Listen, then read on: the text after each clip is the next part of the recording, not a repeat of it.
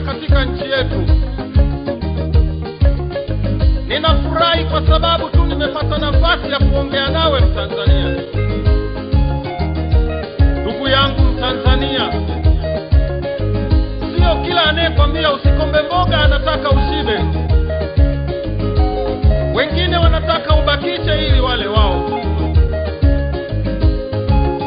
Ndugu yangu Mtanzania,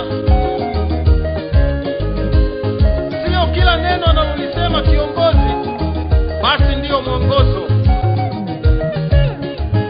Tuyatafakari sana maneno wanayoyasema viongozi wetu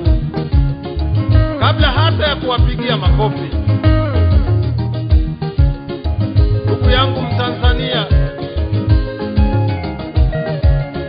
vita tunazozishuhudia karibu kila kona ya dunia,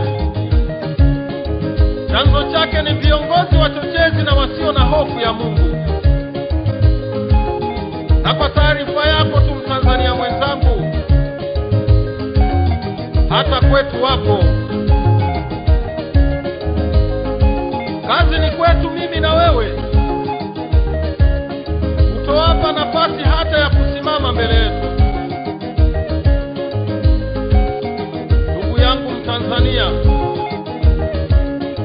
amani tulionayo ni kama zawadi tumepewa kutoka kwa Mwenyezi Mungu.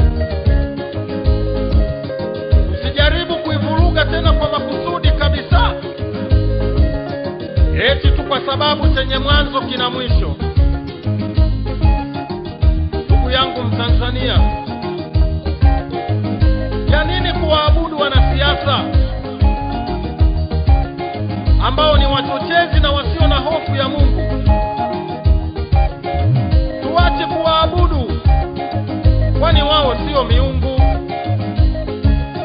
na misaada